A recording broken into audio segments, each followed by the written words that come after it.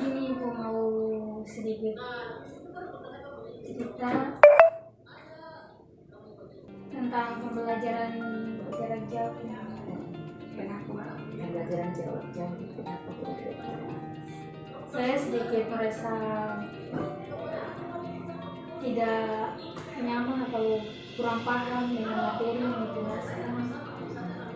Terkadang kalau perbedaannya tuh di sekolah, kalau dijelaskan untuk mengerti, terus bisa memberikan soalnya tuh bisa paham dengan soal. Tapi kalau pembelajaran jarak jauh, kadang tidak paham soal, terus bingung mau tanya juga, dijelaskan kurang tepat. Jadi mau minta solusinya maksudnya bagaimana?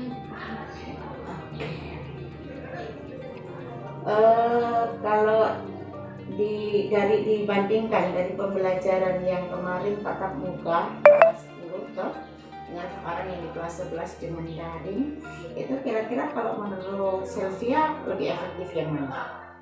Efektif yang tatap muka. Efektif yang tatap muka. Tadi Sylvia sampaikan efektifnya kalau di tatap muka kan bisa mendengar penjelasan secara langsung ya. Ya, memang tipe belajarnya masing-masing orang itu kan berbeda. Ada yang orang itu lebih gampang masuk materi di otak kita itu dengan cara membaca. Ada yang atau membaca atau menggunakan mata atau visual. Ada yang dengan mendengarkan, jadi hanya mendengarkan saja sudah tangkap, sudah paham. Ada yang gabungan antara visual dan audio atau melihat dan mendengarkan. Nah, sekarang di sini Sylvia kenali dulu. Nah, kalau kemarin pas tatap muka Sylvia menganggap itu lebih efektif, berarti Sylvia ini tipe orang yang gabungan dari keduanya, mendengarkan dan melihat. Memang kalau di e-learning itu kita cuma hanya dikasih materi, harus baca sendiri, literasinya harus kuat. Nah, di sini sebetulnya selain itu apalagi kendala kalau PJJ selain tadi susah menerima atau susah memahami karena harus membaca sendiri, selain itu apalagi? Tidak pada di rumah.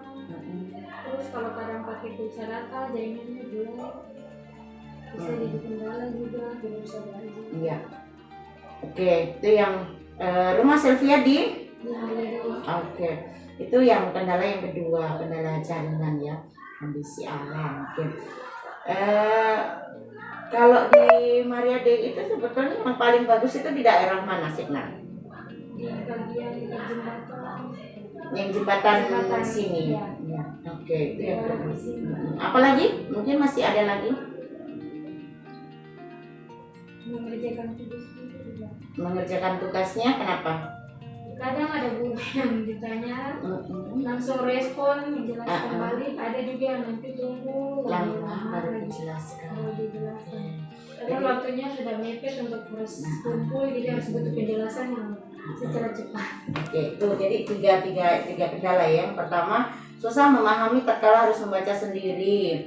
Yang keduanya jaringan. Yang ketiganya Bapak Ibu guru ada yang responsif dan ada yang tidak ketika ditanya, padahal kan belum paham, butuh penjelasan ya. Oke, itu tiga hal itu. Sylvia kira-kira dengan teman-teman di kelas begitu paham atau hafal dengan karakter mereka tidak? Karakter teman-teman dalam kelas. Paling tidak setahun kemarin selama kelas 10 kan tatap muka, selalu sama-sama dengan mereka, paling tidak kan udah hafal. Oh, ternyata si A ini pintar bahasa Inggris. Oh, ternyata si B ini pintar matematika. Seperti itu. Sudah. Nah, itu satu. Yang kedua, kira-kira itu mata pelajaran yang menurut Sylvia paling dianggap mudah. Membaca sendiri terus sudah bisa paham. Apa kira-kira dari semua mata pelajaran? Membaca sendiri terus kayak sudah bisa paham tanpa harus penjelasan lebih lanjut. Apa? Masa semua harus dijelaskan dulu baru mengerti? Iya ke depan. Nah makanya ada tuh pasti apa itu. Kayak yang bahasa Indonesia itu kan cuma bahasa. Pokoknya yang bahasa. Ya terus kamu tuh tipe orang yang suka membaca nggak sih? Tidak terus. Tidak terlalu. Oke. Sekarang, nah itu yang menjadi kekuatannya Sylvia sebetulnya di situ. Satu, kenal karakternya teman dan kenal kemampuannya teman. Karena kan kecerdasan manusia itu pada dasarnya kan berbeda-beda. Jadi misalkan Sylvia pintar di matematik atau pintar di bahasa, teman yang lain pintar di apa, jadi saling melengkapi. Dari situ tuh sebetulnya bisa kok dicari jalan keluarnya. Kira-kira bagaimana kalau menurut Sylvia?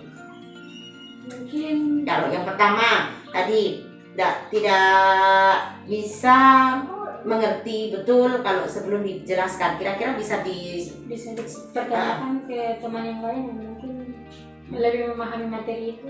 Nah itu jadi itu yang dianggap sebagai disebut sebagai tukang sebaya. Nah itu Sylvia sudah mengerti sendiri kan, berarti tidak perlu PJJ membuat nilai saya turun, tidak bisa. Kamu tadi seperti yang Sylvia sendiri sudah sampaikan, saya bisa bertanya ke teman lain yang kira-kira mampu pada bidang itu. Ya, terus kalau kendala jaringan, kira-kira harus bagaimana kalau kendala jaringan? Mungkin bisa ke rumah teman Mm-mm. yang lebih jaringannya lebih baik, menjadi wifi. Terus selain itu, kalau betul-betul jaringan tidak memadai, kira-kira bagaimana? Sekolah kita ini modelnya betul-betul hanya pure jaringan atau semi PJJ atau PJJ penuh? Nah itu dia. Jadi kalau sudah diusahakan pergi ke rumah teman, jaringan juga tidak baik, karena pada umumnya mungkin sering tidak baik jaringan, bisa atur jadwal kan hari Selasa, kelas 11 boleh datang ke sekolah. Seperti hari ini misalkan hari Selasa, boleh kamu nanti bertanya ke Bapak Ibu guru. Toh setiap sesuai jadwalnya itu Bapak guru kelas 11 semua guru bidang studi standby ada di sekolah. Jadi pelajaran apa yang kamu anggap bermasalah bisa ditanyakan ke guru tersebut. Itu yang kedua kan. Terus solusi yang terakhir apa tadi? Permasalahan yang terakhir bertanya gitu. Guru tapi lambat respon. Bagaimana tadi? Kira-kira bagaimana solusinya? Iya. Nah itu mendatangi langsung daripada menunggu. Biar mungkin lebih jelas. Nah, Bapak Ibu guru welcome. Nah, sudah disampaikan selalu di grup-grup kelas toh, silahkan berkonsultasi dengan Bapak Ibu guru. Yang penting menggunakan protokol kesehatan. Datang ke rumah pun diterima asalkan di luar jam istirahat ya. Jadi kalau menurut Sylvia semuanya bisa diatasi nggak dari 3 permasalahan yang Sylvia anggap menjadi beban? Bisa sih. Nah, bisa. Jadi coba Ibu mau lihat kira-kira ke depannya setelah tahu 3 permasalahan tadi bisa diatasi, kira-kira ke depannya bagaimana? Apa yang mau diambil langkah? Yang pertama apa? Untuk permasalahan yang pertama, permasalahan mengenai tidak bisa memahami kalau belum dijelaskan. Nah, berarti harus ambil langkah apa kira-kira? Dengan teman, berinteraksi dengan teman, berkolaborasi dengan teman, bekerja sama, saling bertukar pikiran begitu.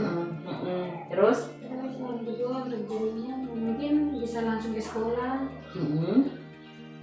bisa langsung bertatap muka dengan ibu guru walau cuma sebentar, tapi bisa memahami sedikit-sedikit materi yang belum paham.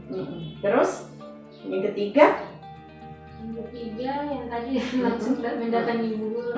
Jadi yang kedua dan ketiga itu sudah satu paket. Iya, jadi nah kalau sudah ambil komitmen begitu, berarti ke depannya jangan sampai ada nilai yang ada di bawah standar lagi dengan alasan tidak mengerti penjelasan, gurunya kurang responsif ataupun kendala jaringan ya. Jadi Ibu berharap ke depannya rasa tanggung jawab untuk betul-betul mengikuti pembelajaran walaupun kita PJJ tapi kan masih PJJ semi PJJ, belum PJJ penuh tuh.